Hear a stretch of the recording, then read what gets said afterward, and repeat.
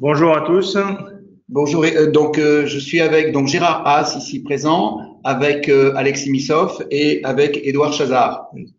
Merci de participer à ce webinaire dont le thème est le GDPR, comment se mettre en conformité, quelles sont les bonnes pratiques. Alors effectivement, avec la société Redsen, on a un objectif à vous présenter, c'est comment mettre un plan, une mise en conformité et un plan d'action de manière efficace. Et c'est un peu tout l'objectif de ce webinaire. Exactement. Donc, on a fait ce webinaire de telle façon qu'il puisse embarquer à la fois nos contacts en France, mais également en Suisse. Et c'est ce que représente Édouard Chazard du bureau suisse de Redsen.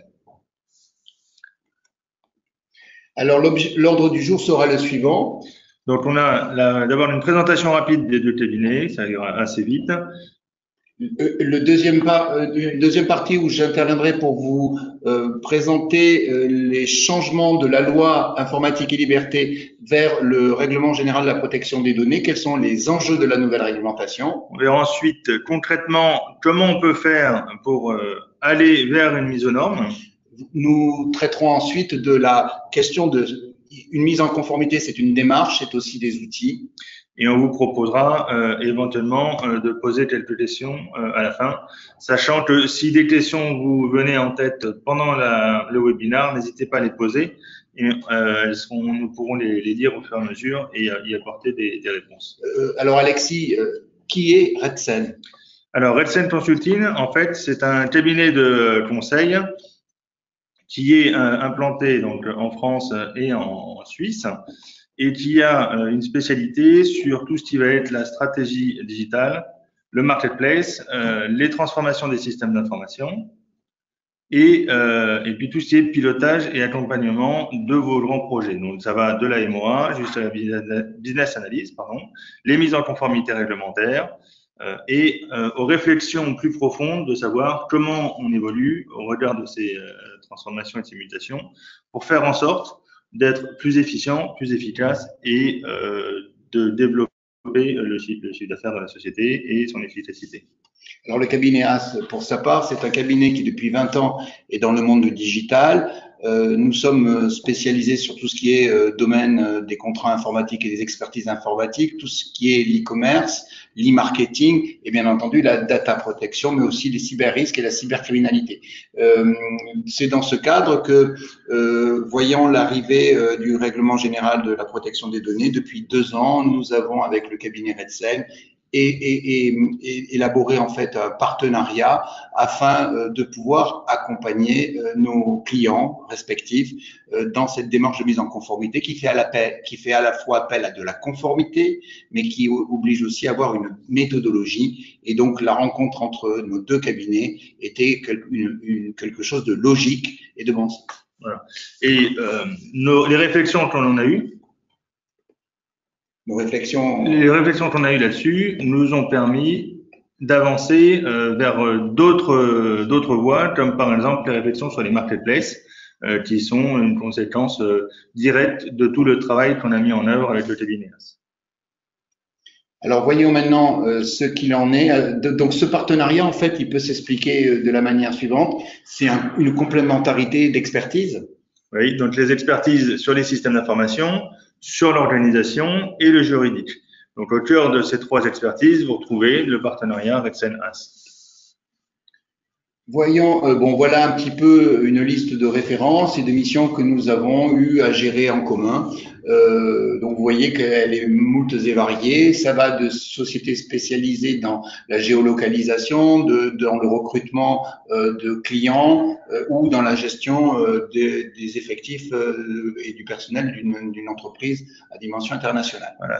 Alors, ces exemples-là ne reprennent pas les sociétés avec lesquelles nous sommes en train de travailler, puisque nous sommes sous NDA avec elles, mais nous travaillons également avec l'industrie du tabac, avec l'industrie pharmaceutique, les éditeurs informatiques bancaires, avec qui nous sommes en train de mettre en place des plans d'action et des plans de rémédiation, c'est-à-dire de mise en conformité. C'est-à-dire que les plans d'action sont déjà validés et on est en train de travailler à la mise en conformité de ces sociétés. Donc là, on va commencer à rentrer un peu dans le sujet du GDPR pour voir quels sont les enjeux de la réglementation, et c'est ce que Gérard va vous expliquer. Merci Alexis. Alors, tout d'abord, il faut savoir que le règlement général de la protection des données est un texte qui rentre en vigueur le 25 mai 2018. Il faut savoir que nous sommes pour l'instant dans une période transitoire, c'est-à-dire que nous sommes et donc c'est la période pour laquelle les entreprises devront se mettre en conformité. L'objectif de ce règlement est triple. Il doit d'une part assurer la confiance des consommateurs, il doit également les protéger et il a aussi pour objectif de responsabiliser les acteurs avec des principes notamment d'incompatibilité. Donc, on peut vous proposer un premier sondage. Déjà, c'est est-ce que vous, dans votre société, vous auriez déjà lancé des ateliers pour préparer l'arrivée du RGPD? Donc, on va vous laisser juste le temps de pouvoir répondre à ce petit sondage et puis continuer d'avancer sur la présentation. Alors, les grands principes, il faut savoir que les grands principes de la loi informatique et liberté, eh bien, sont présents dans le règlement général de la protection des données. Les grands principes, ils sont au nombre de 4. C'est un principe de légalité, au regard notamment de la réglementation applicable, un principe de finalité. Chaque fois que l'on collecte des données, celles-ci doivent correspondre en fait à une finalité, un objectif fixé et ne pas en déborder. Un principe de loyauté, c'est-à-dire que chaque collecte doit être faite de manière transparente et loyale, et un principe de proportionnalité, c'est-à-dire qu'il faut toujours que l'on ne collecte que ce qui est réellement nécessaire au stockage de données. Derrière cela, on a, si vous voulez, de nouveaux principes qui sont intégrés dans le cadre du règlement général à la protection des données, qui sont, le principe de minimisation des données. Alors, on le voit avec des conséquences qui seront derrière, proportionnalité, pseudonymisation et mise à jour. On a également une autre notion qui est la notion d'autodétermination informationnelle. C'est ce principe que lorsque l'on met en place des données, sur les données, il n'y a pas de propriété, on a simplement des droits, mais ce qui fait que chaque consentement qui est donné est toujours un consentement qui est personnel, individuel. Je vois qu'on a un résultat du sondage et on voit que pour la plupart, on voit qu'à plus de 50, c'est ça 59%. 59% sont déjà dans une phase de mise en conformité. Alors, nous avons également un autre principe, donc le principe de l'autodétermination informationnelle, c'est-à-dire que l'on a des droits sur les données et donc il n'y a pas de propriété de la donnée, il y a des droits, ça veut dire que ça relève d'un consentement ou de l'information et ça veut dire qu'à tout moment, la personne peut reprendre son consentement. Également, il y a un principe de privacy by design et privacy by default. Qu'est-ce que ça veut dire? Ça veut dire que dès la conception d'un traitement, d'une solution ou d'un produit ou d'un service, il faut avoir qui va collecter des données à caractère personnel, il faut avoir anticipé sur les conséquences que pourrait avoir ce traitement ou ce service ou cette solution sur la vie privée ou les libertés fondamentales. Et enfin, un principe qui est tout à fait nouveau lui aussi, qui est le principe de l'accountability, c'est-à-dire de la responsabilisation des acteurs. Le responsable de traitement devient un acteur de la conformité et donc à ce titre, il doit pouvoir justifier à tout moment, c'est une démarche probatoire, qu'il a mis en place eh bien, des éléments de mise en conformité, on va le voir, qui sont le registre et la désignation d'un DPO. Au niveau des droits fondamentaux qui sont issus de la loi informatique et liberté qui reste en place, on retrouve bien entendu le droit d'accès, le droit d'opposition, le droit de rectification et le droit de l'information. C'était en fait ce qui était avant dans le cadre de la loi informatique et liberté. Droit d'accès, c'est-à-dire d'accès à ces données personnelles. Opposition, c'est-à-dire s'opposer à un traitement, mais il fallait à cela invoquer un motif légitime. Possibilité de rectification des données personnelles et un droit également, le dernier droit, c'était le droit à l'information, c'est-à-dire connaître les traitements effectués sur les données. Alors, dans le cadre du règlement, ces droits sont renforcés par, d'une part, le droit à l'oubli pour obtenir l'effacement de ces données. Également, il faut s'assurer qu'on limite, c'est le droit à la limitation et à la minimisation des données. On doit s'assurer que seules les données strictement nécessaires au traitement sont collectées et traitées. Une nouvelle notion, c'est la notion du droit à la portabilité, c'est-à-dire que à tout moment, une personne peut demander que soient transférées les données le concernant à un opérateur via une simple demande, et pour pouvoir s'exécuter, un délai de 1 mois est prévu. Et enfin, le fichage des individus, le comportemental, fait qu'il y a un droit à l'encadrement du profilage, c'est-à-dire que le consentement requis pour les décisions automatisées, eh bien, on doit avoir la possibilité de demander le recours à une solution non automatique et humaine. Voilà, ce qui conduit que derrière ces droits, il y a aussi toute une série d'obligations. Le responsable du traitement doit, si vous voulez, informer dans les relations B2B ou obtenir le consentement dans les relations B2C. Cette information doit être loyale, elle doit être sincère, et donc on a un principe d'opt-in qui est mis en place, puisqu'il faut avoir une raison ou avoir une raison professionnelle pour avoir la donnée ou obtenir le consentement de la personne. Une durée de conservation qui est extrêmement encadrée. On ne peut pas conserver indéfiniment les données. Il y a là-dessus un cadre. Donc, cette durée n'est pas illimitée car sinon, ce serait illégal. Et cette durée s'apprécie en fonction de contraintes légales ou au regard, en fait, de la finalité du traitement.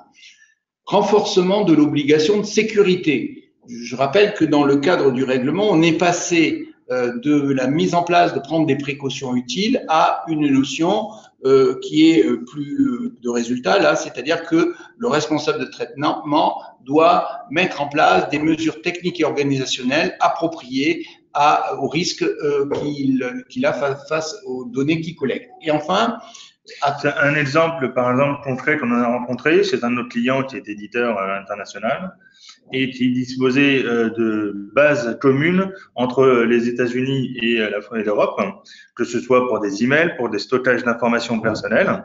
Une des recommandations qu'on a faites, ça a été, par exemple, de séparer physiquement les deux entités US et européennes, de façon à ce qu'il n'y ait pas un manque de cohérence entre l'obligation de respecter la loi américaine pour la filiale américaine et l'obligation de respecter la loi européenne pour la filiale européenne. C'est-à-dire qu'il y a deux lois qui s'opposent, une qui permet d'aller accéder à toutes les données, c'est la loi américaine, dès lors que vous avez une entité juridique américaine qui a des serveurs, quand bien même cela concernerait des personnes européennes, et la loi européenne qui doit absolument protéger et garantir la protection de la donnée contre toute intrusion en Europe. Voilà. Donc, les règles de sécurité qui sont extrêmement renforcées. Tu pourrais raconter aussi le cas que l'on avait vu devant la porte d'une entreprise où on jetait des clés USB, les personnes les ramassent et vont les mettre dans l'ordinateur et en fait, il y a un virus qui est mis en place. Tu pourrais parler aussi dans le cadre des règles de sécurité de ce qu'on appelle l'IT Shadow. Oui, tout ce qui est Shadow IT. C'est-à-dire qu'en fait, aujourd'hui, tout le monde se focalise sur les serveurs informatiques, sur en gros, ce qui est le plus visible du stockage de l'information, sauf que en réalité, tous nos salariés travaillent sur des fichiers Excel, par exemple, et extraient de la donnée. Et pour cette extraction est nécessaire à leur activité, donc il est hors de question de leur interdire de faire ces extractions. Pour autant, il est très important de faire comprendre à chacun quel type de données il manipule et comment faire pour garantir que cette donnée est bien protégée, alors même qu'elle est sortie du système d'information, donc elle devient masquée, d'où le terme Shadow IT, et que finalement le DSI n'en a plus la visibilité. Donc il y a tout un travail de sensibilisation très fort à mettre en place, de sécurisation des postes informatiques, donc là encore c'est un travail de tous les jours pour les DSI, et puis de connaissance des réels besoins de chacun. C'est-à-dire que avant, souvent, on faisait des grosses extractions qui étaient beaucoup plus simples, sans se poser la question de savoir ce qu'on en allait extraire et ni de savoir si on avait vraiment besoin de ces informations. À partir de la mise en œuvre du règlement européen, il faudra accompagner nos salariés à bien comprendre quelle est la donnée dont ils ont besoin pour faire leur travail et de ne pas extraire les données qui ne sont pas nécessaires. Voilà, donc derrière ça, on voit aussi l'objectif de garantir le droit des personnes et donc de mettre en œuvre des droits pour ces personnes, accès, information, portabilité, effacement, et cela dans des délais raisonnables. Autre point également, avec l'arrivée du règlement général de la protection des données, c'est-à-dire on retrouve en fait la notion de liberté. C'est-à-dire qu'une entreprise peut mettre en place des traitements, elle n'a plus besoin de les déclarer à la CNIL, mais en revanche, elle devra tenir un registre. C'est ce qu'on appelle le registre actif des traitements. Alors ça, c'est une notion importante. Ça veut dire que ce registre de traitement, il concerne à la fois le personnel de l'entreprise, puisque chaque personne est une donnée à caractère personnel, donc là-dessus, donc ça concerne directement la RH, ça concerne le DSI, ça concerne le DAF, enfin ça, et tous les prestataires qui vont venir autour de ça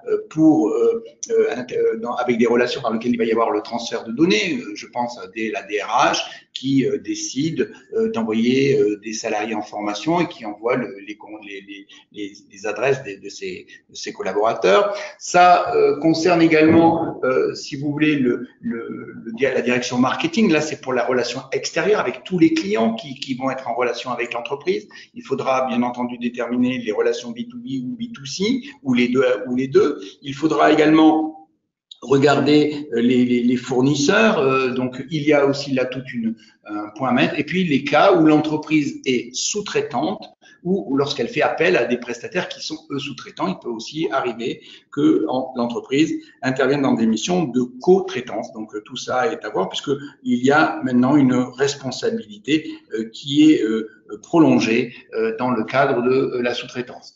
Il faudra donc bien entendu organiser la problématique sur la gestion de crise en matière de failles, de notification des failles de sécurité, puisque je vous rappelle que dans le cadre du règlement, et à partir du 25 mai 2018, eh bien une entreprise qui subirait une attaque informatique, donc un acte de piratage, mais également si elle perdait des données ou si ces données venaient à être modifiées, eh bien elle doit déclarer la faille de sécurité dans les 72 heures à la CNIL, mettre en place un plan d'action et si cela est nécessaire, prévenir également ses salariés. On voit l'impact majeur que cela peut avoir sur la confiance que peuvent avoir les utilisateurs sur les technologies mises en place par la société.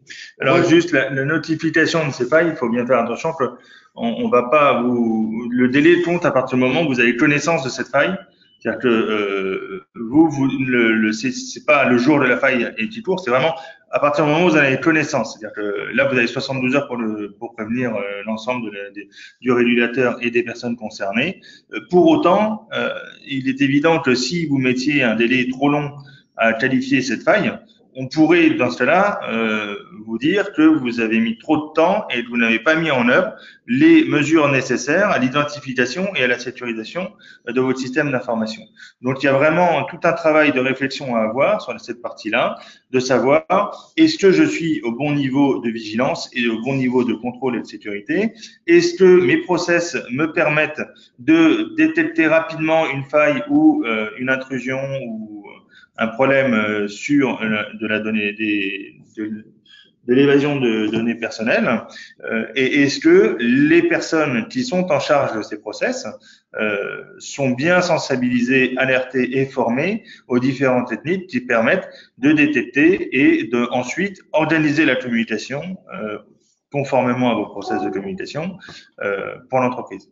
Alors également, il y a le registre, donc il y a les notifications de failles de sécurité. Bien entendu, il y a aussi la mise en place d'études d'impact lorsque l'on est face à des données à risque ou des données sensibles. Donc cela est à prévoir. Il y a tout des process à mettre en place et qu'il faudra, après il faudra en informer l'autorité de régulation. Et enfin, il y a la désignation d'un DPO, c'est-à-dire le délégué à la protection des données. On l'appelle le sort de commissaire au compte de la donnée. Hein. Il est un peu, c'est cette personne, elle est l'interface entre l'entreprise et l'autorité de régulation. Elle a aussi une mission qui est renforcée par rapport aux anciens correspondants informatique et liberté, car non seulement elle ne s'occupe pas que de la tenue des registres, il a aussi une mission de contrôle et c'est lui qui vérifie que le plan d'action est en adéquation avec les registres, également que les déclarations ne sont pas incomplètes ou inexactes. Donc, alors, ce DPO, il faut bien, c'est ce que vous avez dit Gérard, dans une image qui est assez parlante, c'est vraiment le commissaire au compte de la donnée. C'est-à-dire qu'il doit être indépendant, il doit être autonome, c'est-à-dire qu'il ne doit pas dépendre d'une autre direction pour ne pas être sous influence. Et ce DPO peut être externe, et contrairement au commissaire au compte, il peut être aussi interne. Ça, c'est un choix stratégique de l'entreprise à faire. Sur ce point, on rappellera que dans le texte, il y a un certain nombre d'incompatibilités. Ainsi, il est rappelé que si le DPO doit avoir de bonnes connaissances juridiques et technologiques, en revanche, il y a dans les guidelines des professions qui ne sont censées ne pas pouvoir être désignées DPO parce que il y aurait des problèmes de conflit d'intérêts, sont cités dans les guidelines le DSI, le RSSI, la direction juridique, la DRH, le DAF.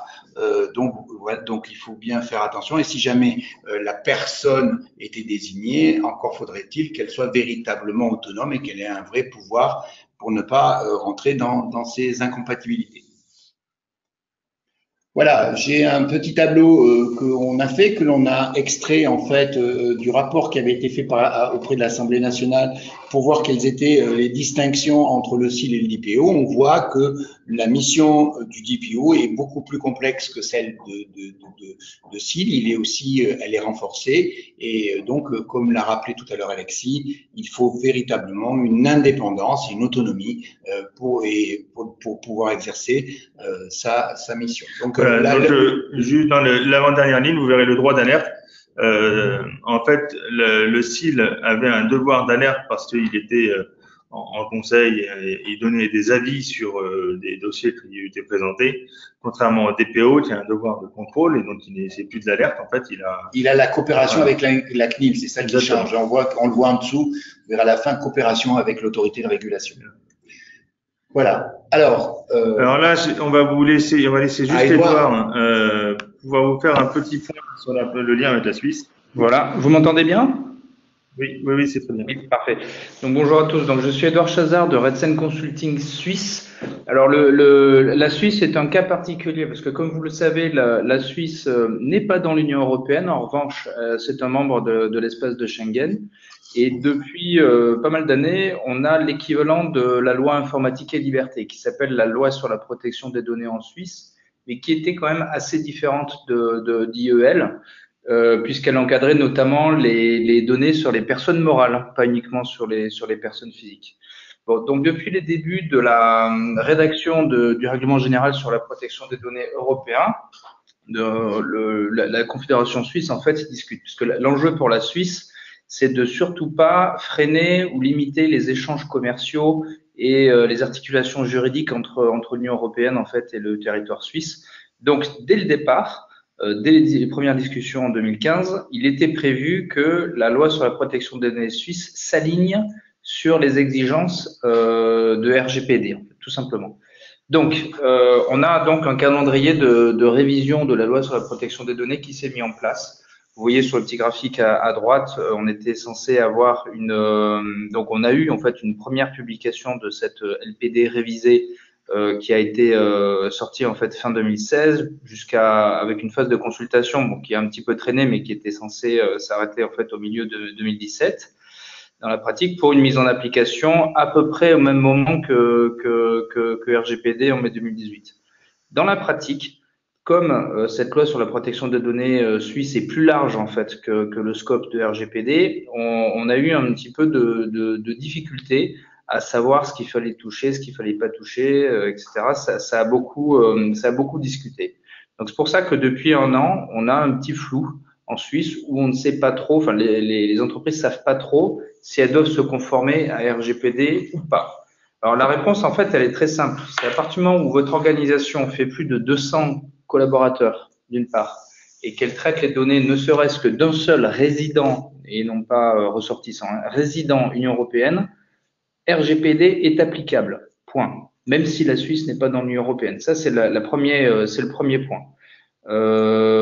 D'autre part, on a on a aussi la Commission nationale des institutions politiques du Conseil national à statuer, puisqu'il y avait un flou et on voulait pas en Suisse retarder la mise en application de RGPD sur la zone en fait Europe. Donc, ne serait-ce que pour des contraintes d'instruction, de suivi légal pour les personnes qui seraient résidentes suisses, mais ayant commis des méfaits en fait en Union européenne ou vice versa, on doit pouvoir avoir un traitement de ces personnes équitable, ce qui suppose d'encadrer en fait le transfert des données juridiques. Donc, ça peut être des données d'opérateurs téléphoniques, ça peut être des relevés de compte, ça peut être des choses en fait, des données qui sont traitées en Suisse, mais qu'il faut pouvoir exposer en Europe en fait, qu'il faut pouvoir transférer.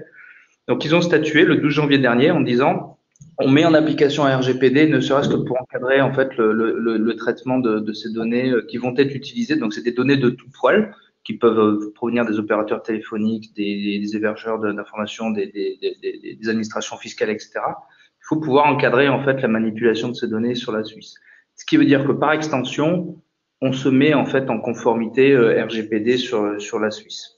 Ce qu'il faut savoir aussi, c'est que de toute façon, dès le départ, la révision de la LPD qui a été publiée en 2017, fin 2016, elle était en fait compatible à 95% avec RGPD. La seule vraie différence, hormis les montants des amendes étaient les mêmes, la seule différence, c'est le droit à la portabilité, qui n'a pas été repris dans la révision de la LPD, parce que la Suisse considère que c'est plus quelque chose qui est fait pour favoriser la libre concurrence plutôt que pour la protection des données stricto sensu. Voilà.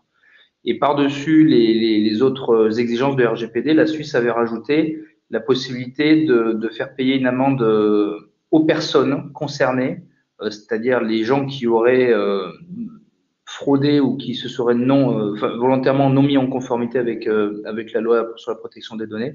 Edouard, oui. Edouard, la portabilité, c'est arrêté maintenant ou ils sont encore en discussion sur cette question? Alors c'est encore en discussion. Hein. Le projet de révision de la LPD n'est pas fini. C'est-à-dire qu'on n'a pas encore le texte version finale ni sa date de mise en application. Donc c'est pour ça que la Commission des institutions politiques du Conseil national a décidé de faire d'abord RGPD et ensuite de reporter la mise en application, enfin la finalisation de la révision de la LPD pour décider plus tard de sa mise en application. On pense que ça sera début 2019 que ça va être mis en application. Au niveau du règlement général de la protection des données, la portabilité, elle va concerner en fait les données qui sont saisies par la personne et donc c'est un arbitrage qu'il faut bien mettre en place, c'est-à-dire qu'il faudra dans les conditions générales d'utilisation bien prévoir ce que remplit la personne puisque c'est les données qu'elle pourra récupérer. Tout ce qui est enrichissement qui a été fait par l'entreprise, elle va pouvoir conserver ce type de données. C'est important. Tout à fait.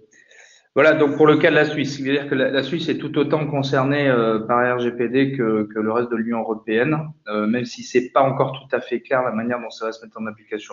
Un petit point de détail, l'autorité de supervision, ce sera les préposés fédéraux à la protection des données et à la transparence, les PF-PDT, qui vont devoir jouer ce rôle d'autorité de supervision chacun dans son canton, ce qui veut dire que ça va largement élargir en fait leur champ de compétences. Voilà. Merci.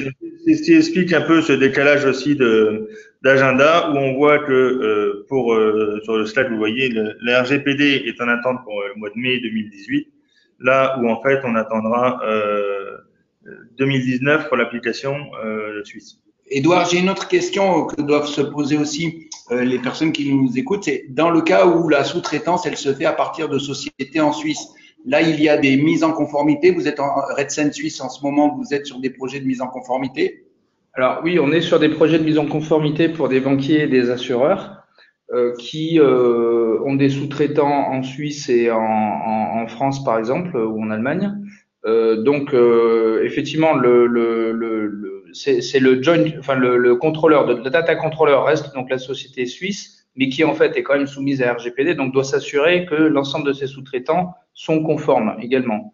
Donc que le sous-traitant soit localisé en Suisse, officiant pour le compte d'une société basée en Union européenne ou vice versa. Globalement, à partir du moment où on est sur une taille de plus de 200 personnes et qu'on traite des données de résidents Union européenne, on doit se mettre en conformité. Et après, c'est un débat de savoir quelle sera l'autorité de supervision selon le rattachement du siège, enfin du data controller, quoi. Parfait, merci pour cette précision, Edouard. Merci, Edouard. Voyons maintenant un petit peu dans le cadre, concrètement, et c'est la question que je te pose, Alexis, et c'est concrètement qu'est-ce qu'il faut faire, quoi? Qu'est-ce qu'il faut faire?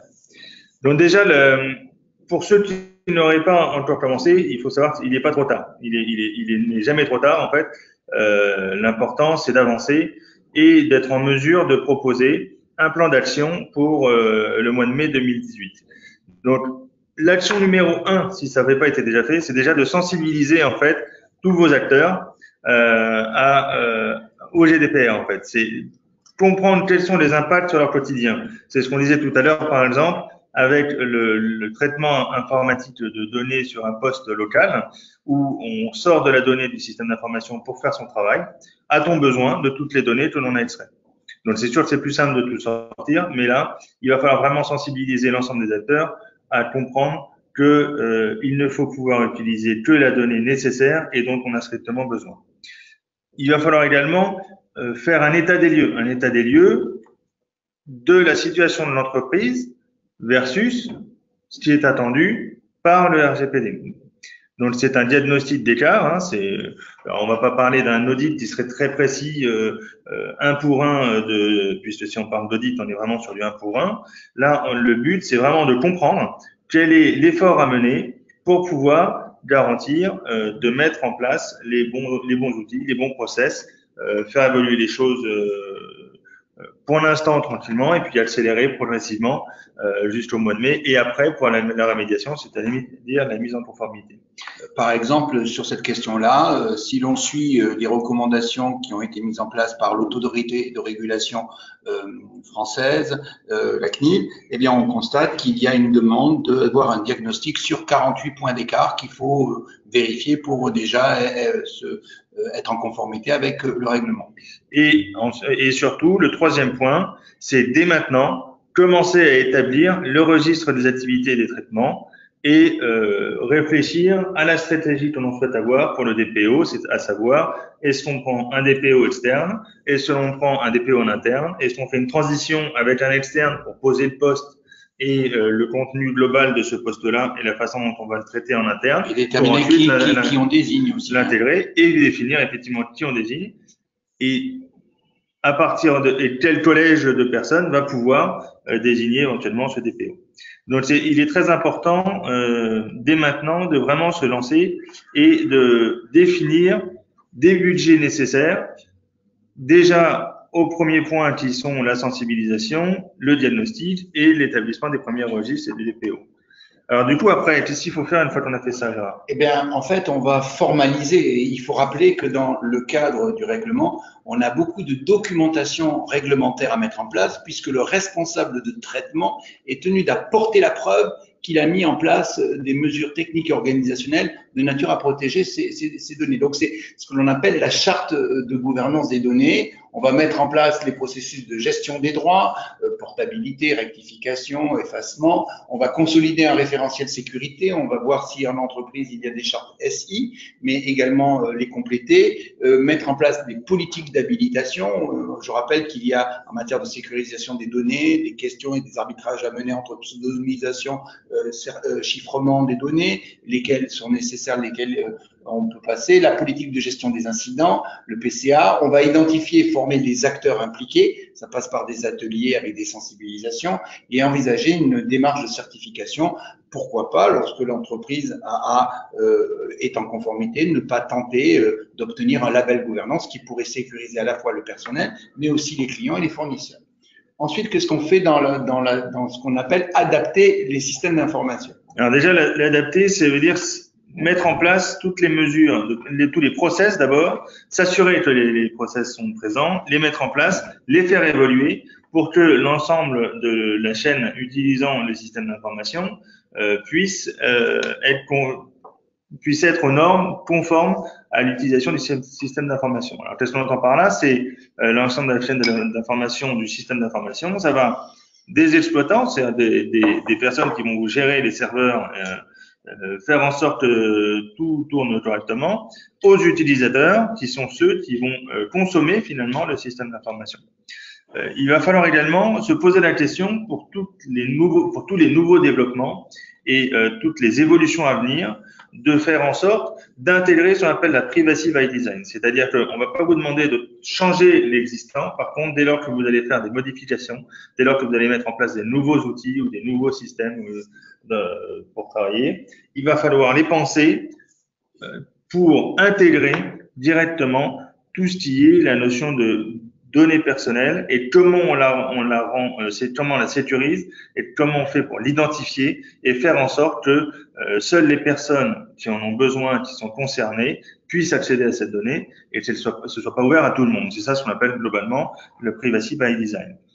Il va falloir également automatiser un certain nombre de traitements, notamment les traitements réglementaires tels que les purges, l'anonymisation, la portabilité, pour faire en sorte de garantir que selon les règles que vous allez établir, par exemple pour l'anonymisation, la personne concernée est certaine que qu'à partir des échéances données dans vos règles, sa donnée ne sera plus accessible, soit parce qu'elle aura été purgée, soit parce qu'elle aura été anonymisée.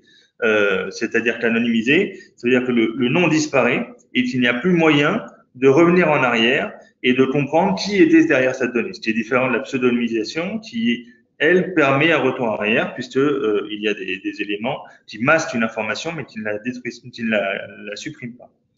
Et enfin, il va falloir adapter et renforcer les systèmes de sécurité. On est dans un moment, en tout cas, où on s'aperçoit que la sécurité informatique est de plus en plus sensible, que les failles de sécurité, même pour les plus gros groupes, existent et sont réelles. On a de plus en plus de cas qui sortent de vol de données ou d'intrusion dans les systèmes d'information. Alors, il est hors de question de rentrer dans la phobie et la crainte de tout.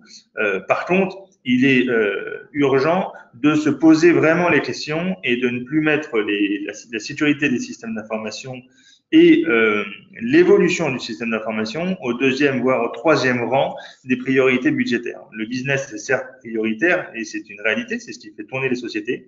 Pour autant, si votre entreprise de l'extérieur donne l'impression de ne pas avoir mis les moyens nécessaires à la protection des données personnelles, vous aurez une conséquence indirecte sur le business qui suit. Alors rappelons aussi que ce système de sécurité concerne aussi les documents papier. Je rappelle que le règlement général, la protection des données, c'est tous les moyens de stockage des données. Donc il y a les armoires, les classeurs dans lesquels il y a des données. Donc effectivement, est-ce qu'ils sont sécurisés ou pas? Est-ce qu'on peut bien fermer les armoires? Enfin, on voit que la sécurité est partout. Ça permet de dire que c'est la 6e étape. Après, c'est la question de valider les contrats, le cadre contractuel. Je rappelle que le règlement général, c'est de la conformité. C'est donc aussi toute une documentation réglementaire à mettre en place. Eh bien, il faut faire une revue des contrats et pour voir si les clauses anciennes ou celles qui sont toujours en cours dans les contrats en vigueur, elles devront être actualisées. Il faudra bien entendu avec les partenaires qualifier le rapport en matière de transfert de données, s'ils sont sous-traitants ou co-responsables. Et puis, bien entendu, revoir et revisiter les CGV, les CGU, quelle est la politique de confidentialité, mettre en place une privacy. Donc là aussi, il y a toute une démarche à faire. Nous le faisons régulièrement avec les services juridiques. Et donc, c'est vrai qu'il y a, alors il y a les autorités de régulation qui proposent des clauses, mais celles-ci, elles sont générales et pas adaptées aux entreprises. Donc là, il y a vraiment un point à mettre en place là-dessus. Je pense que tu as un sondage à lancer. Alors je viens de lancer un petit sondage. Alors, le but n'est pas de connaître le budget, mais de comprendre si vos structures et vos entités ont déjà prévu de mettre en place un projet. Un projet passe souvent par le budget, et donc c'est pour ça que le but est de voir un peu parmi les participants et ceux qui savent évidemment, c'est pour ça qu'on vous a la possibilité de dire qu'on ne savait pas, qui avait déjà prévu un projet RGDP. Alors rappelons que là sur cette question de budget, ce qui est très intéressant avec le règlement, c'est qu'une fois que vous mettez en place un plan d'action, évidemment ce plan d'action il est fait pour être en conformité. Ça commence pour le 25 mai 2018, mais il peut être planifié dans le temps. Et donc là aussi, c'est un point important. Et c'est là où tous les services de l'entreprise sont concernés, le DSI, la DRH, le service juridique, le DAF, enfin le service marketing, on se rend compte que derrière ça, il y a l'impact pour l'activité du RGDP par rapport en fait aux activités de l'entreprise. Voilà, donc là encore, ce qu'il faut bien comprendre, c'est finalement le fait de lancer un projet a des conséquences. Alors,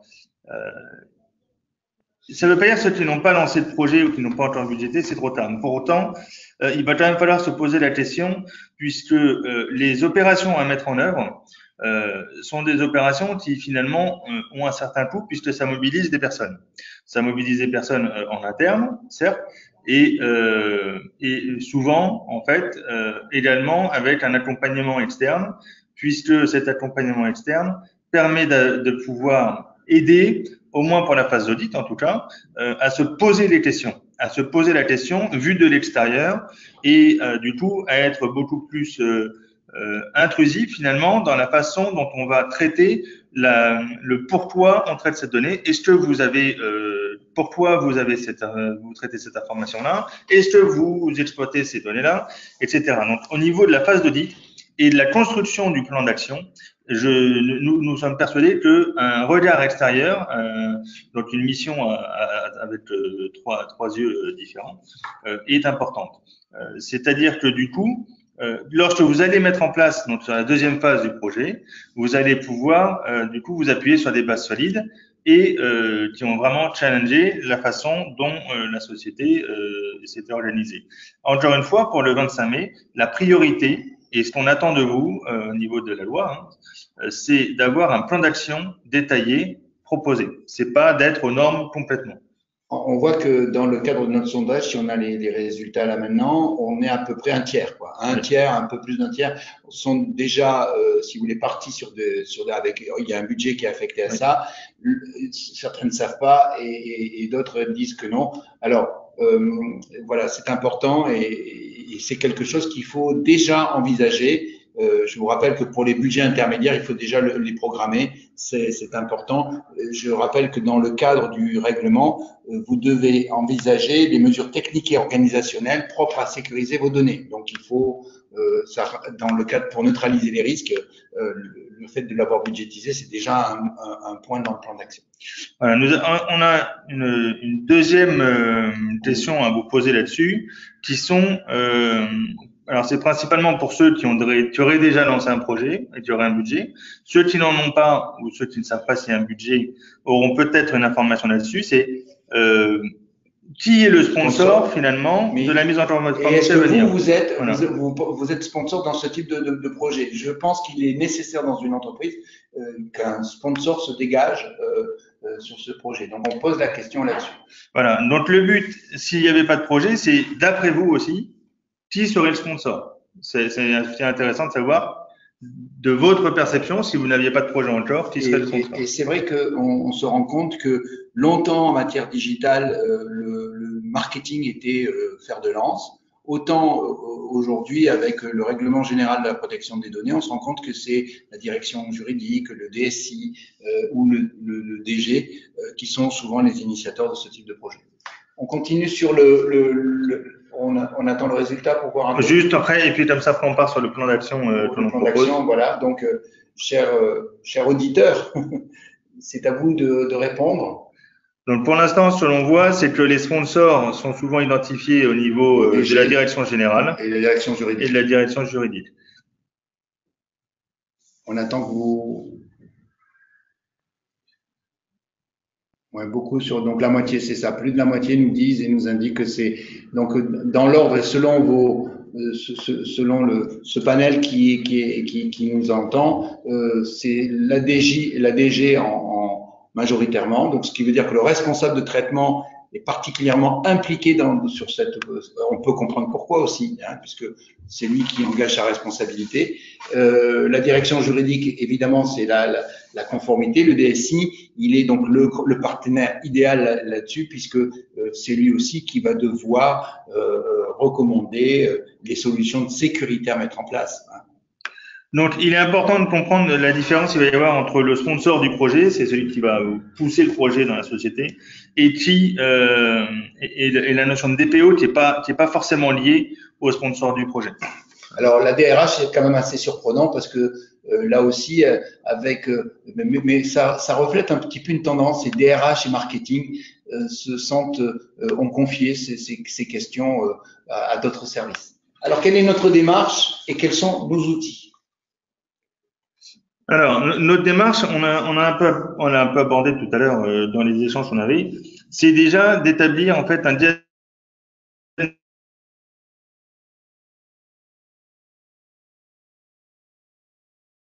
Je crois pas. On a perdu le son un petit peu là. Alexis? Qu'est-ce qui se passe? Un diagnostic d'écart à la réglementation.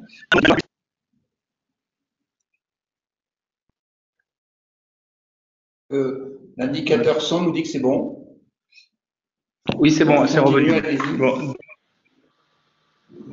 Donc du coup, on a le diagnostic, les recommandations et le programme. Tu peux expliquer ce que ça veut dire remédiation? Oui, pardon, remédiation, c'est vrai que c'est un terme technique un peu. Voilà. Donc la remédiation concerne en fait, c'est la mise en conformité, après on va en parler. C'est-à-dire que c'est tout le programme qui va vous permettre, sur la base des recommandations qui ont été faites, de pouvoir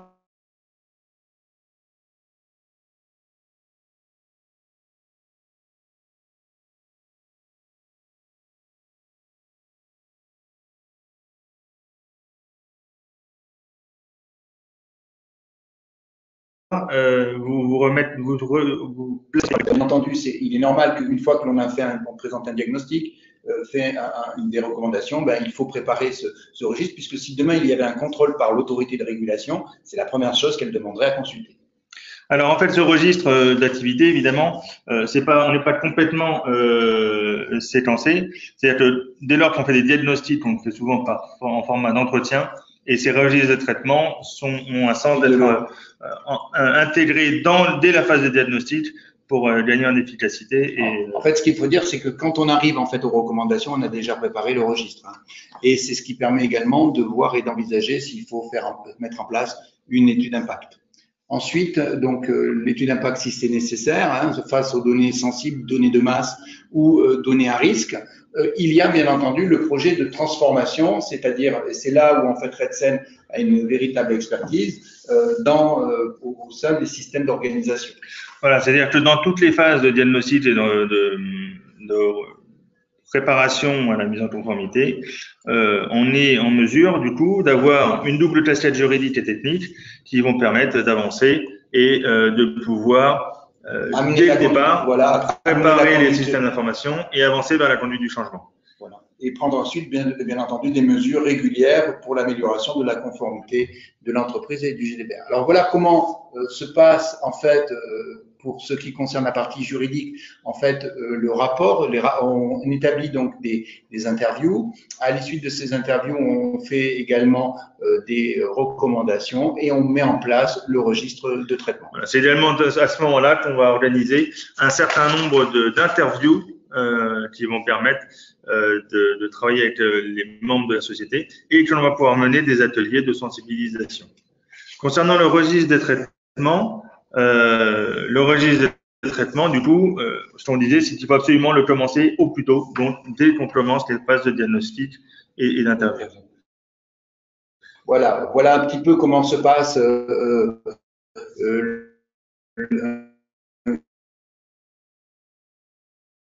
une cartographie des risques en matière de privacy by design. Le système d'information et l'organisation. On a ici en rouge, vous voyez sur le slide que vous avez devant vous, les parties qu'il faut aujourd'hui développer et consolider. Voilà, c'est les priorités avec les référentiels de sécurité, les évolutions des systèmes, l'organisation, les process à analyser. Donc ça, c'est les grandes parties à travailler. Voilà, donc ensuite, à travers ça, on coordonne bien entendu les chantiers. Je rappelle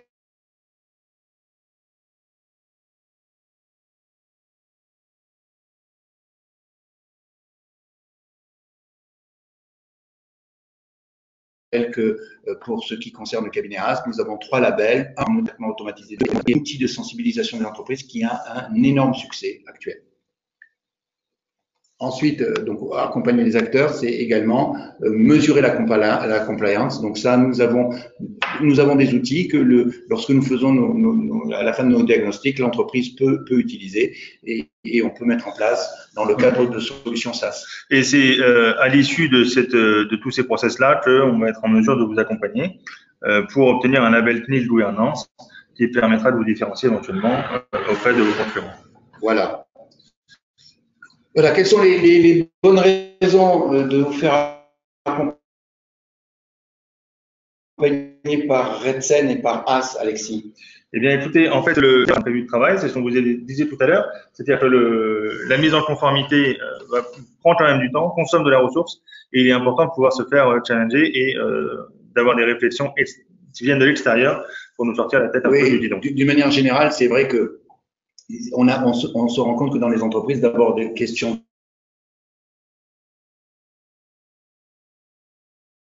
de temps, question également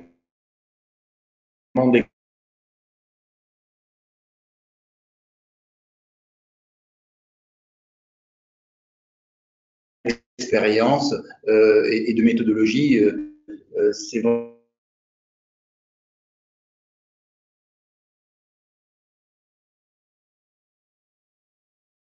vrai que ça permet à chacun de pouvoir les juridiques. Et de dégager un avantage concurrentiel, notamment si on va jusqu'au bout de la démarche. Oui, d'autant plus qu'en fait, c'est demandé aujourd'hui pour tous les appels d'offres et puis tous les partenaires demandent à leurs prestataires d'assurer une démarche compliance. Alors, comment on peut prolonger cette matinale?